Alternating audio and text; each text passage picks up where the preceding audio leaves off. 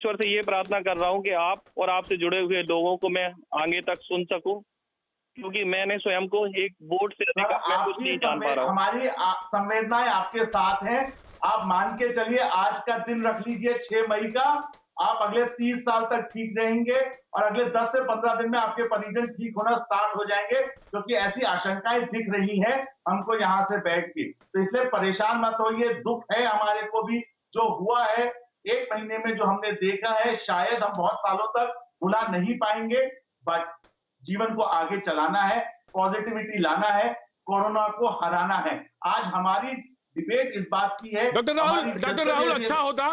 Doctor Rahul, मुझे मुझे बहुत बहुत खुशी है डॉक्टर राहुल कि आप जैसे लोग मौजूद हैं। मैं ईमानदारी से कहूं तो मैं आपको रोज अपने प्रोग्राम में बैठाना चाहूंगा। और विवेक बिंद्रा जो शायद काम ना कर पाए जितना अच्छा, उतना अच्छा आपने काम किया। आपकी जो पॉजिटिविटी है मैं उसको सलाम करता हूं। मैं उर्वशी जी आपके पास आता हूं। 1.67 के आसपास का दोनों वैक्सीन का जो आंकड़ा है फीसदी, वो है, बैठता है लगभग 3 करोड़ के आसपास किसी ने बताया, अगर रफली आप ठीक कर दीजिएगा।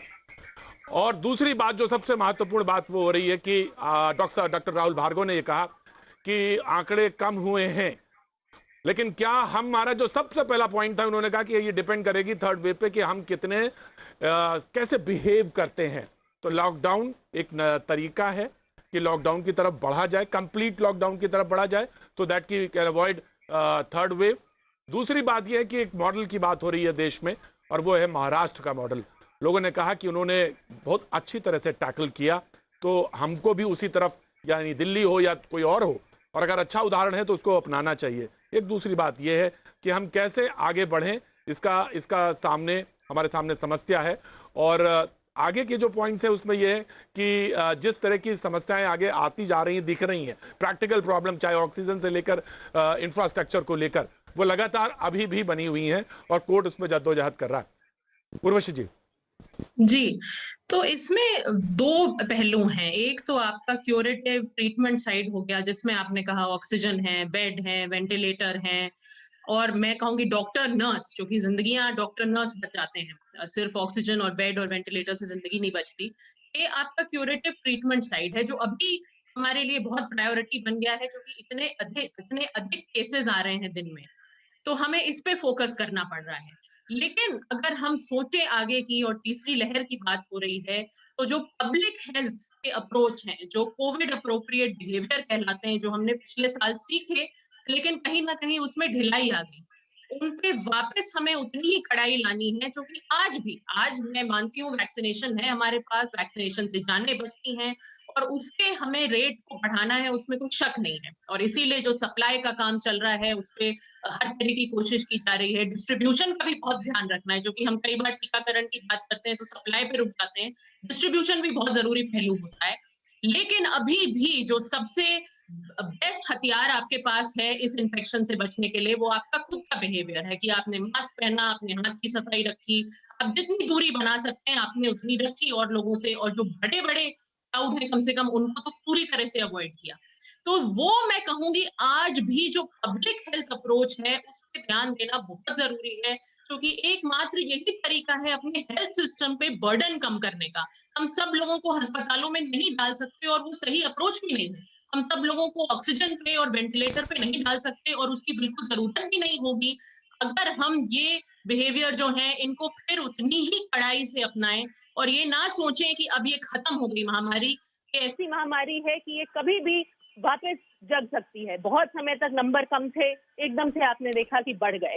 तो उर्वशी जी, मैं डॉक्टर के पास जाऊं। जी उर्वशी जी, मैं डॉक्टर के पास जाऊं और पॉलिटिकल डिबेट के अरेना में मैं जाऊं, जहां पे नूपुर शर्मा और रीना गुप्ता, आम आदमी पार्टी की प्रवक्ता, मौजूद हैं। रीना जी, आपका बहुत बहुत स्वागत है।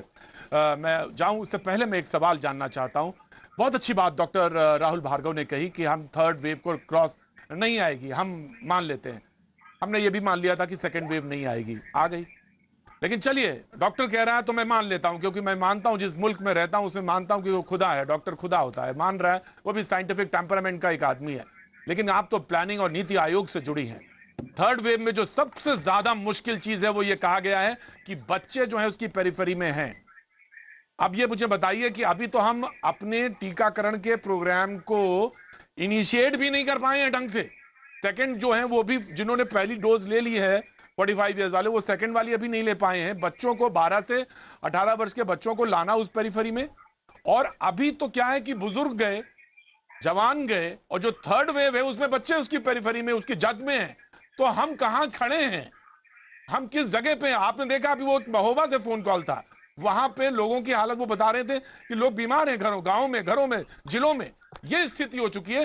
तो हमारे इंफ्रास्ट्रक्चर की स्थिति कहां है, हम इसको कैसे मूल्यांकन करें, क्या पॉलिसी हो, ये जानना बेहद जरूरी है। उर्वशी जी। जी, मुझे लगता है डॉक्टर साहब जो कह रहे थे वो ये नहीं कह रहे थे कि तीसरी लहर हम निश्चित तौर से कह सकते हैं कि आएगी ही नहीं। मुझे लगता है वो कहने की कोशिश कर रहे थे कि अगर हम अपने कोविड अप्रोप्रिएट बिहेवियर, जो बाकी पब्लिक हेल्थ अप्रोच हैं जो हमने सीखे हैं पिछले साल, चाहे टेस्टिंग हो, कॉन्टैक्ट ट्रेसिंग हो, अर्ली डिटेक्शन हो, ये सब हम पिछले साल से सीख रहे हैं, ये नई चीजें नहीं है। लेकिन अगर इनको पूरी कड़ाई से इम्प्लीमेंट करें तो हम उस तीसरी लहर को रोक सकते हैं, या कम से कम उसके इम्पैक्ट को रोक सकते हैं। लेकिन जो इंफ्रास्ट्रक्चर है उसकी तैयारी हमें उसी नजरिए से करनी है कि तीसरी लहर आ सकती है। हम ये नहीं